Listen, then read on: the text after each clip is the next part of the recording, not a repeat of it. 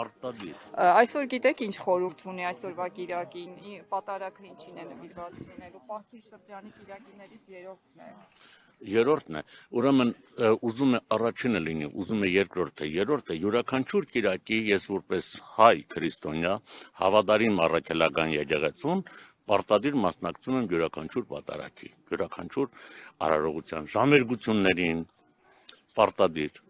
Ինչքանով եք կարևորում հայ առաքելական Սուրբ եկեղեցին մեզ համար եւ հայ ժողովրդի համասփյուռ հայ ժողովրդի մասին է խոսքը ամբողջ սփյուռքի հայության եւ Հայաստանի ինքնության պահպանումը։ Կարևորում եմ այնքանով, որ երբ մենք չենք ունեցել թագավորներ, առանց թագավորների կարողացել է հայ ազգը ապրել, չգիտես, մյուս գոյատևել, եթե կարելի է այդպես անվանել, բայց առանց առաքելական եկեղեցու, երբ մեր գիրը գրականություն, ախր գիտեք ոնց, այսօրվա ղեկավարությունը, որ մի քիչ կարդացած լինի, մի քիչ պատմությանը, հայ ժողովրդի պատմությանը եւ Հայաստանի պատմություն ու հայոց պատմություն իրարից չառանձնացնի, կհասկանա երևի թե ինչի մասին է խոսքը եւ ում մասին է խոսքը։ Իսկ առանց հավատքի, չէ՞ որ առաքելական եկեղեցին է պահել մեր գիրը գրականությունը։ Մեսրոպ Մաշտոցի նման մարդուն, որ գողավազակ անվանեն, կրթության գիտության նախարարը անվանի մեր Գարեգին Նժդեհին, երբ որ իր աշխատակիցները Նժդեհ բառը նույնիսկ չեն կարող թարգմանել, վերցանել, թե ինչ է նշանակում, նրան էլ անվանեց, ինչ անվանեց, հիշեմ հիմա, նացիստ անվանեց, ես չգիտեմ, այո, բայց էլ ինչի մասին է խոսքը, ուր են տանում ես ազգին, կործանում, ոչ, չի լինելու, հայ ազգը ապրել է, ապրում է եւ պիտի ապրի։ Հիմա մեզ պակասում է մի փոքր միասնությունը։ Եղավ միասնություն, մենք ցանկացած թշնամու դեմ դուրս եկող ազգ ենք։ Եվ այսպես է ասված, չէ՞, մի ազգ, որ ապրել է ուզում, նրան սպանել չես կարող։ Իսկ հայ ազգը դասվում է այդ ազգերի շարքը։ Բայց այսօր փորձում են հայ եկեղեցին ստորացնել, արժեզրկել, դրանով նաև առաջին քրիստոնեական պետություն լինելու երևի նաև խորհուրդ։ Նիկոլ Փաշինյանի եւ նրա թիմի այդ գործողությունների հետ փորձեցին ամեն ինչ անել, կալանավորել սրբազաններին, այդպիսի մարդկանց, փորձեց քրեական գործ հարուցել նույնիսկ Վեհապար Հայրապետի նկատմամբ, մի բան, որ չի հաջողվելու, Նիկոլին չի հաջողվի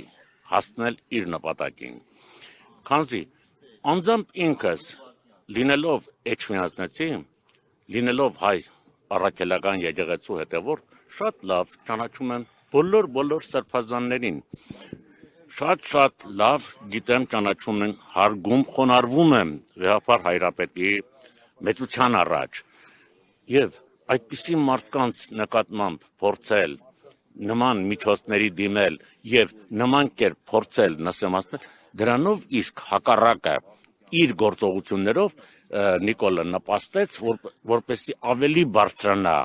հեղինակությունը հայ առաքելական եկեղեցու եւ Վեհապար Հայրապետի, ինչպես նաեւ բոլոր սրբազանների։ Արշակ սրբազանի նկատմամբ, ախր որ մտածում ես, աշխարհից դուրս ես գալիս, այնպիսի էլեմենտար 3 տարեկան երեխան նման եզրահանգումներ չի կարող կատարել, որ Արշակ սրբազանը որտեղ, վերջին հաշվով հաշիշը որտեղ այդ իր պլան կոչվածը, դա որտեղ նա ուրեմն պիտի իրեն թույլ տա, որ, չգիտեմ, նման քայլի դիմի,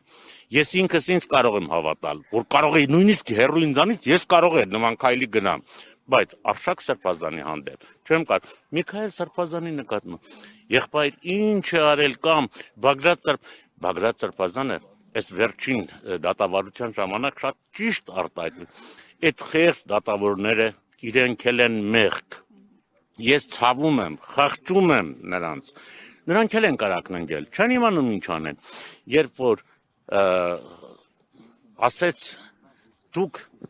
կոչված եք նրա համար, որպեսզի իրականացնեք արդարադատություն, բայց ինչ արդարադատության մասին է խոսքը, երբ դուք դատում եք արդարությունը, սա պարզ փիլիսոփայություն է, որը հասկանալ է պետք, բայց իրենք դժվար հասկանան թե ինչ է ուզում ասել Բագրատ սրբազանը դրանով։ Շնորհակալ ենք։